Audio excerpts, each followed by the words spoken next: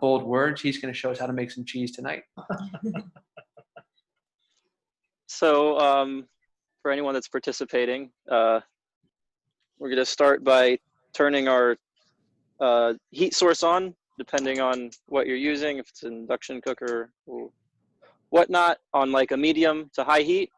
And then we can just get right into it. It's, like I said, it's very, very simple, surprisingly so. And I know that we called this ricotta. This, after learning more about cheeses, it's not technically ricotta, but it's very, very similar. And when we get to the end, I'll explain a little bit about why it's not technically ricotta. So we're going to start with, if I can get this open, 7 cups of whole milk. Now, the best milk to use would be non-ultra pasteurized whole milk. The reason we're using whole milk is because we want the fat content, because that's what gives us the cheese. I found some cream top whole milk from a dairy farm near here. High quality. And we're going to put 7 cups of that into our pot. For everyone that's already looked at the recipe and done the math, it comes out to half a gallon of liquid. So if you have some really high quality whole milk, like what I have right here, you could actually skip this adding the heavy cream. But I'm going to add it anyway because it adds some flavor. How much do we need? Okay, so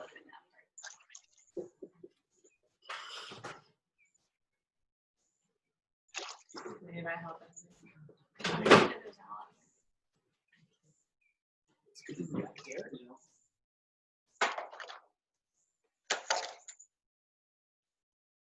And then we're going to add 1 cup of heavy cream. Again, it doesn't really matter if you don't have it, but you want to try to use stuff that's not ultra pasteurized, because ultra pasteurized has killed all the natural probiotics and the healthy things that do exist in milk that are good for us. So when you're making cheese or butter or anything like that, you want to look for stuff that's not ultra pasteurized. Pasteurized is okay because it kills the bacteria, but ultra pasteurized just means that it's been at a high heat for a long time, and that ruins anything good and beneficial that we can get out of it. So, and now it's basically a waiting game. We're going to let this heat up to around 190 degrees Fahrenheit, or until there's like light foam over the top. And once that happens, we're going to add in 4 tablespoons of our vinegar or other acid. If you have cheese making rennet, that's also amazing and will give it like a more cheesy flavor. And yeah, if you have an instant read thermometer, that's very helpful. I personally don't have one out here, so I'm going to do it by eye, like probably most people would do at home, because it's easier that way. And yeah, we're just going to wait for this to heat up. In the meantime, I guess I can explain now about the difference between what we're making and ricotta. So ricotta is made out of whey, and the only way you can get whey is by making cheese already. Whey is the byproduct of making cheese or any other dairy product. And so to make ricotta, you need the whey. After we've made this, we can make ricotta. Like if you want to make cheese in the future, you can make it. The whey, I always save it. You can use it for pasta, to make lasagna. It's got a lot of uses. It's healthy. But it looks like this. It's like a milky liquid. Doesn't look very appetizing, but you can make ricotta out of that. And lots of other types of cheeses. But what we're making here is commonly known around the world as pot cheese or farmer's cheese.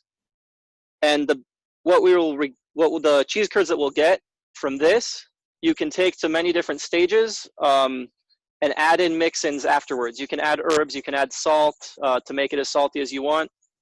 And the longer you let it out to dry, the more dry and crumbly you'll get. of a texture at the end, or you can like leave it creamy and spreadable like a ricotta when you filter it afterwards. And Got some bugs falling in put here. in the vinegar or the acid, or is that later? We don't do any. What we're waiting for when this reaches between 180 to 190 degrees Fahrenheit, that's when the acid will actually form the reaction that causes all the fats to separate from the liquid that's in here. So until we do that, we're just essentially waiting. It should take like between 5 to 10 minutes to get up to the right temperature. It's not a simmer and it's not a boil. It's just before that, because if it gets too high, it'll actually kill all the things that we want to occur. At the higher temperatures, at like 210 degrees, that's where you can take like buttermilk and add that in and leave it like at a rolling simmer for like an hour, and you'll get a different type of cheese from there. But for what we're doing right now, we just want some light foam over the top. And again, if you have an instant read thermometer, it's very helpful, but not necessary. Does anyone have any questions so far? Have you ever tried to use a meat thermometer? That's what we're experimenting with. So meat thermometers are actually perfect because they are instant read thermometers. It's a type of thermopen. Yes! As long as you clean it properly before you use it, it's a very good tool to use. Always. Always. That would be kind of nasty.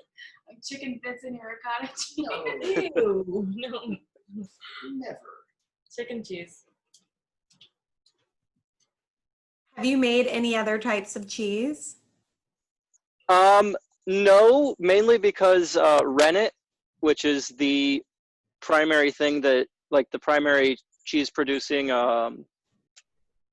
it's a type of bacteria basically, like all probiotics are bacteria. That's how you make like anything fermented.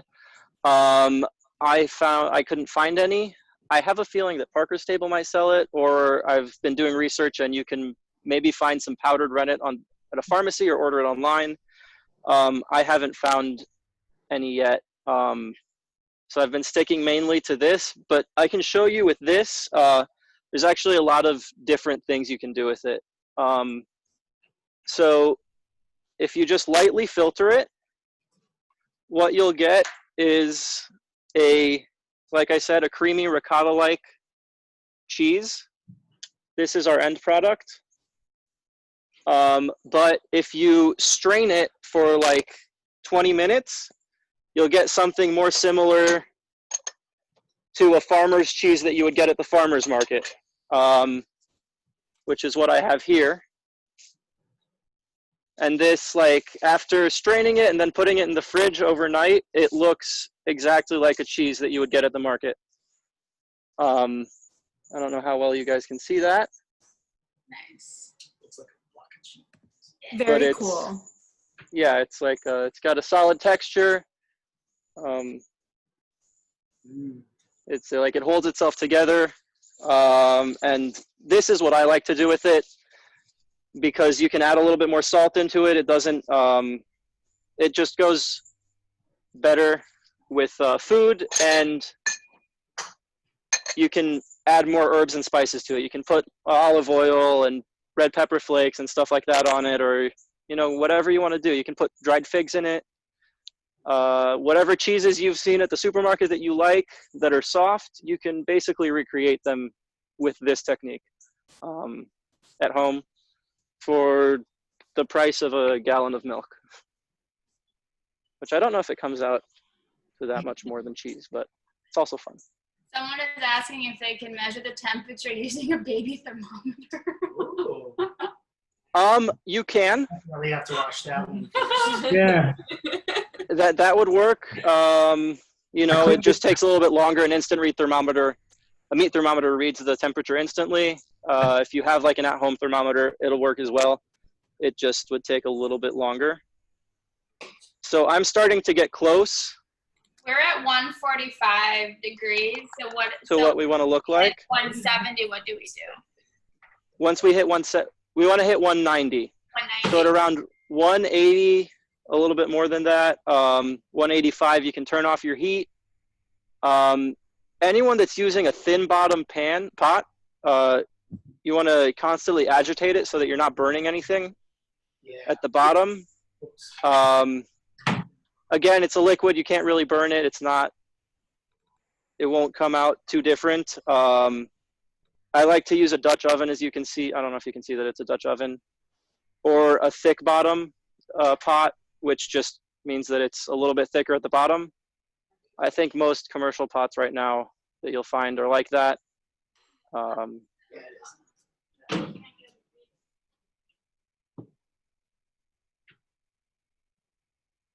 So I'm getting close. It's starting to bubble lightly. It'll start to foam soon. So I'm gonna get my vinegar ready. If I can remember where I put it.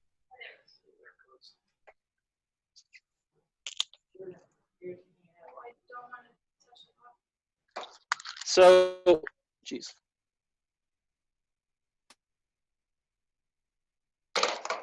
4 tablespoons of vinegar in there. It's the same as a 1/4 cup of vinegar.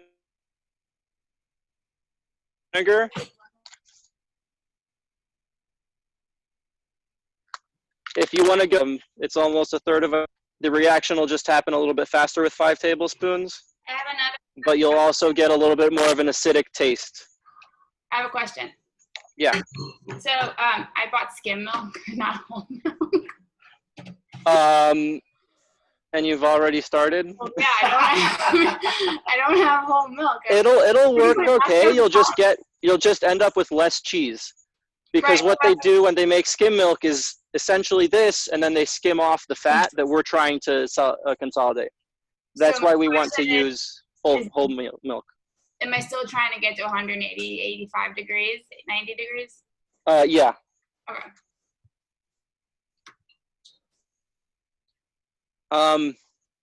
Again, if you do end up using skim milk in the future, or if someone is using skim milk and hasn't started yet or wants to, just do more heavy cream. Again, the cream is for fat content and flavor, and so we want that fat. As opposed to everything else in life, we want the fat when we're making cheese or butter or anything like that, because that's what gives us flavor and texture, all the good stuff that we like in cheese. Is it at 190? 170? I think so. No, 190. Oh, okay. Oh, right. We're not there yet. Almost. There's plenty more to go. You mentioned before that you could put in like dried figs or anything. What has been your favorite? My favorite, I just like, basic rosemary and thyme and dill and salt, like herby. Okay. That's the type of cheese, the farmer's cheese that I like to buy. And so I was like, oh, I can just do it right there. I didn't bring any out right now. But yeah, you just add that in. It depends on how you're doing it. You can add it in right after you skim everything off, or you can add it in later. Again, it's all up to you. It's not an exact, after you get the cheese separated, it's not an exact science. It's really whatever you want to do with it. So I'm going to kill the heat on mine because I'm looking good. And I'm going to put in the 1/4 cup of white vinegar. And you guys can see into here. Give it a quick stir. And it should pretty quickly start to separate out.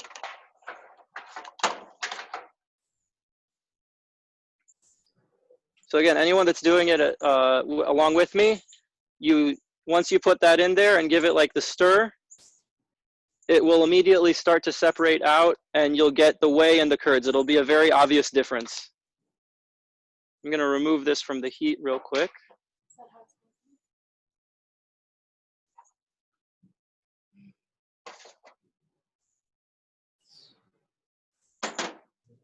Turn it off. The heat source or really bad? For when? Oh. Did you take it off? Yeah, I took it off I just turned my heat source off. You can leave it on the heat source for a second or two. It doesn't matter if it goes a little bit above. Again, I'm using a Dutch oven, so this is continuing to heat up. So it's not like if you're with a stainless steel pot and you leave it on for a couple minutes, it won't make that much of a difference. So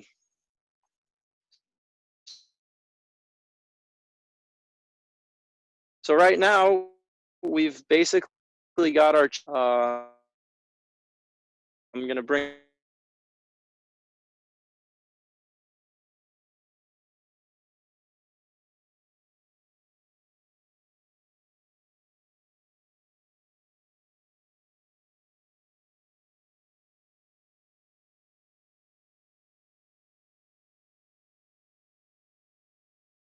with your spoon.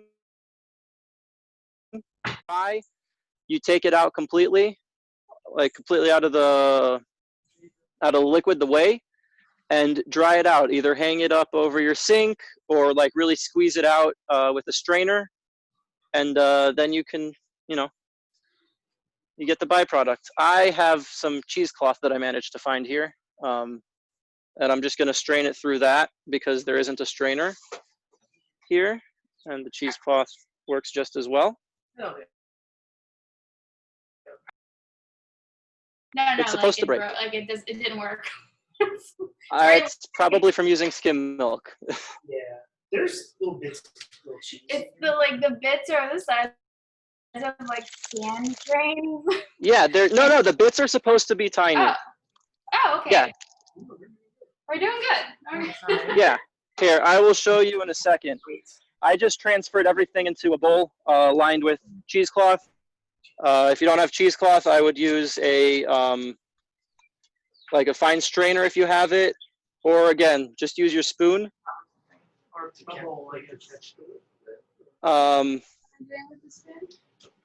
Yeah, you can just take a spoon over the top and skim it off, and then you'll end up with a more ricotta-like texture. What I'm going to do with this one is I'm going to just let it drain like this, and I will end up with farmer's cheese. And now this is the part where you add in your salt. If you have the salt and you've separated it out, put it in a separate bowl and mix in your salt. And mix in your salt according to flavor. You know, if put in a little bit, taste it. If it's not salty enough, put in a little more. If it's too salty, well, can't take out salt, but you can add in something sweet to kind of balance it out.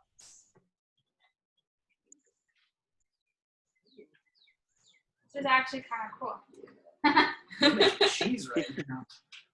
It smells very cheesy. It smells so good. It smells so cheesy. That sounds So I'm going to bring this up close to the camera so that you all can see what we've got here. But it's a bunch of tiny little curds that form together. They're very spreadable. They're like grains of sand. Yeah, that's it. That's once you're here, you've made cheese. How long does it keep? I honestly don't know. What? I eat it before it goes bad. Ah, yes. That's what you got to do. It's cheese, so it should keep for at least a week. The butter that I make is made, I actually leave it out on the counter to make it, and it lasts for like 2 weeks, so this should be able to last for that long as well. What do you do with the water? Is that what you call So this is the whey. So this is what I was talking about with the ricotta. Okay. If you want to make ricotta, you save this whey, and you basically do what we just did, but you have to use rennet in order to separate it out again. And that's how you get those really, really, really tiny curds that you see in ricotta, as opposed to these curds, which are like a little bit bigger than ricotta, but smaller than like really fine cottage cheese. This is also very similar to cottage cheese. If you put the whey back in, then you get cottage cheese, basically. Well, thank you. This is actually, I feel very accomplished right now. It's very easy, and you get to enjoy it for a long time afterwards because you actually get quite a lot of it out, I think. Not so much of the skim milk, but yeah. Yeah, don't do it with skim milk. If you do it with skim milk, do 4 cups of skim milk and 4 cups of heavy cream. And then you should, 7 skim and 1 of heavy cream. then you'll end up with more, but it'll essentially be the same thing as using whole milk. If you can get your hands on kefir milk, it's looks like this. I saw it happening. Oh, it's a mirror image, but it looks like this, and it says cultured whole milk. You'll get a more full flavor from the culture, and you'll also get more health benefits from it. You can also use it to make butter, but the kefir is really a great product. And if you have a bottle of it and you only have skim milk, you can add it into your whole milk or your skim milk to like kind of balance out flavors. From here, it's really like, trial and error. I haven't been doing this for too long, and I mean, it's not like you saw, it's not very hard, but it's very rewarding. Does anyone else have questions or comments? Nice work, Who said Thank that? you. Gary. Yay! I'm in a car, so I'm not making cheese, but I enjoy the process. Gabby, you should come over and eat some of our skim milk, only a little bit of creamer ricotta cheese. Yeah, it sounds delicious. Ours looks So like again, depending on how much if you skim it off with a spoon, you'll end up with something more similar to ricotta. If you put it in a strainer and just let it hang out in a fine mesh strainer for like 10 minutes, 15 minutes, maybe even 20 minutes, you'll come out with a texture a lot more similar to farmer's cheese, a drier texture that you can then wrap in plastic wrap and form it into a little disc and put it on a plate in the fridge so that it holds its texture afterwards.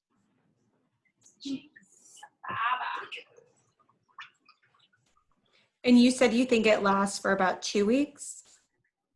Yeah. The stuff that I showed you, I made on Thursday, I think. Still tastes great. Again, this is, people used to use this as a way to be able to eat dairy not fresh, as a way to preserve stuff. So it lasts quite a while, especially if you keep it in the fridge. And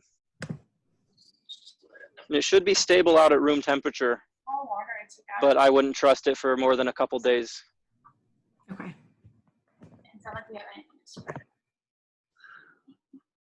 You can put it on pasta. Yeah, what are some recommendations you have now that some of us have all this cheese? I put it on pasta. Can put it on shakshuka. It's really good.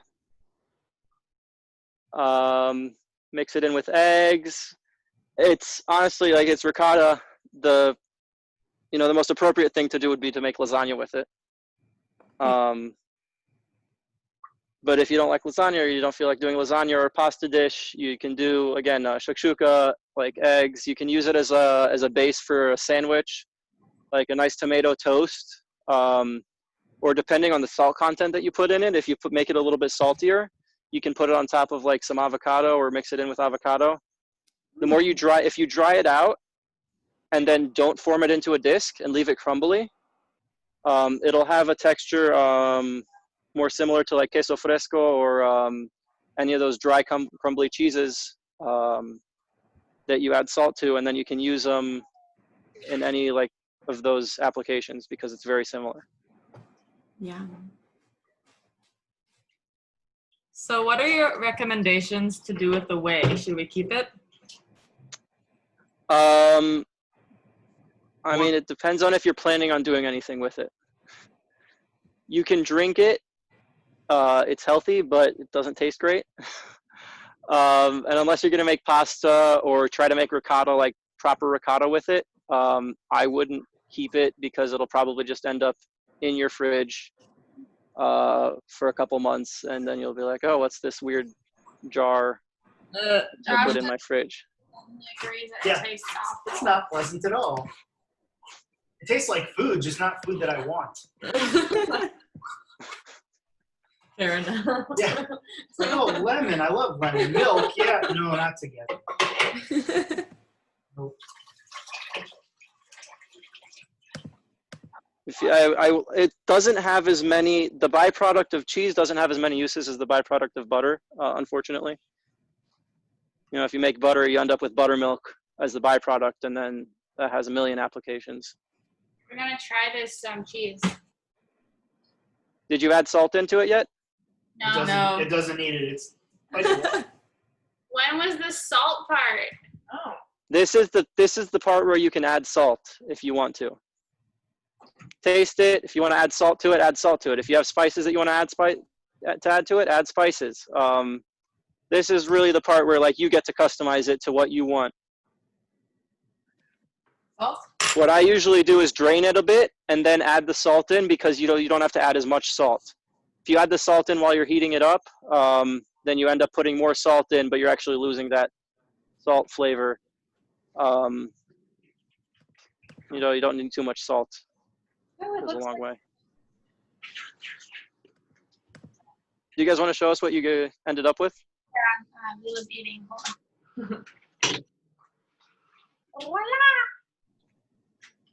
Here, let me unpick There you go. one. This fall, my computer. Okay. Whoa, Abby.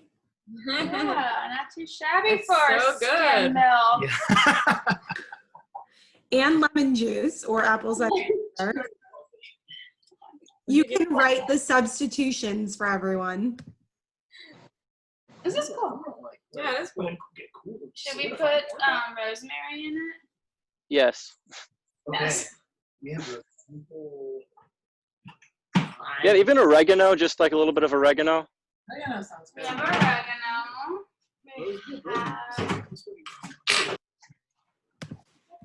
We also said oregano. You just said oregano. Should we do a little bit with oregano and a little bit with rosemary? Let's separate it into two different kinds. How about 3 different kinds? We're going We can all do out, 3 guys. different kinds. All kinds of spices too. Okay. This is exciting. So I'm going to try to show you guys what I have here as a little bit of a contrast to what they ended up with, because you saw that I have filtered this out for a little bit in a different way. You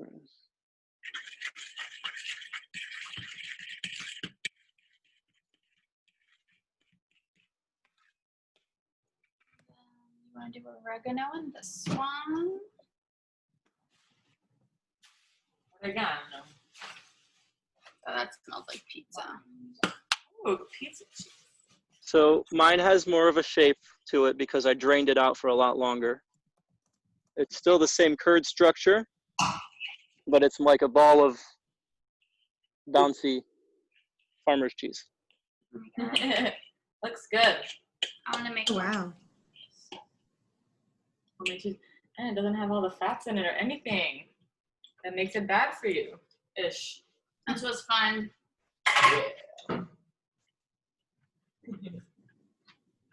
Here, you got cheese. Oh, that's really good with the oregano. Mm. Can you put this here so I can try it also? Oregano. Oops, sorry. This one's oregano. Did anyone else succeed in making it, or did anyone else join in making it? I was about to ask Rachel and Stuart, how did you guys do? Oh, look at Rachel and Stuart. Oh, Yeah, because the first time I made butter, I actually spilled it all on the floor by doing exactly that. Did you lose it all, Rachel? Lift the app net. Okay. What do you do? Just, it's okay. Okay. I feel bad. It's not my computer either. It's the other one. On my computer. It's fine. Oh boy. Oh boy. It looks really good though. We're excited. What are you guys doing with your cheese? Are you gonna just eat it like it is or cook it into something else? Honestly, I doubt it's gonna survive the night. We were thinking of blintzes, but now I don't know. Ooh, That's a good idea. That's a really good that's a really good idea. Take out the A and B and C, the tiles from your computer so it doesn't melt in.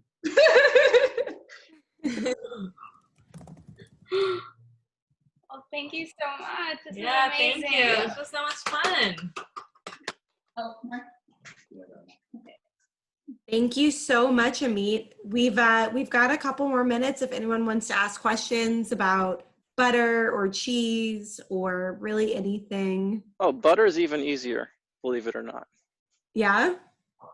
Butter, you just take the heavy cream, and if you have a blender or a like a whipper, you put it in there. You get to the whipped cream part, and you just keep blending it until it separates out into butter and buttermilk, and then you strain that, and you get butter and buttermilk. Oh, cool. They make buttermilk? I I have buttermilk here that I made. You know, it's not, you don't make buttermilk, you make butter, and you end up with buttermilk as a byproduct. That's awesome. How do you make labane? Oh, that's a good question. I'm not sure. I It's heard that you take yogurt, basically. I think you put it in that. Yeah, you have to put cheesecloth, and you basically put it over the drain so that it just drains for like, well, I think. No. I would imagine you have to add something as well to get it to a second ferment from the yogurt to the labane, because labane is generally a little bit tangier than yogurt. Mm-hmm. In the best way. So you would need to ferment it further, which could probably just be done, you know, with another culture or a culture that needs a higher temperature or something like that, or just like another acid. Mm. Lemon probably would go good Yeah, in labane. that's exactly what I was thinking. You would not be surprised if all you do is mix some lemon juice into yogurt and then strain it. This is almost like labane. No.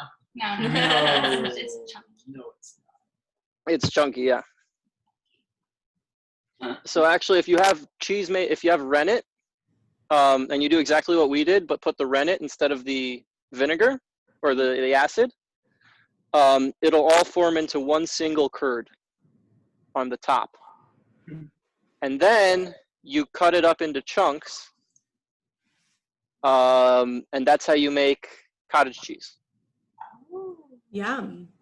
Yeah, it's one single cheese curd that's then like put through either a strainer on a certain size, or you just cut it with a knife to get the curds that you want, and then they add the whey back in to make it creamier.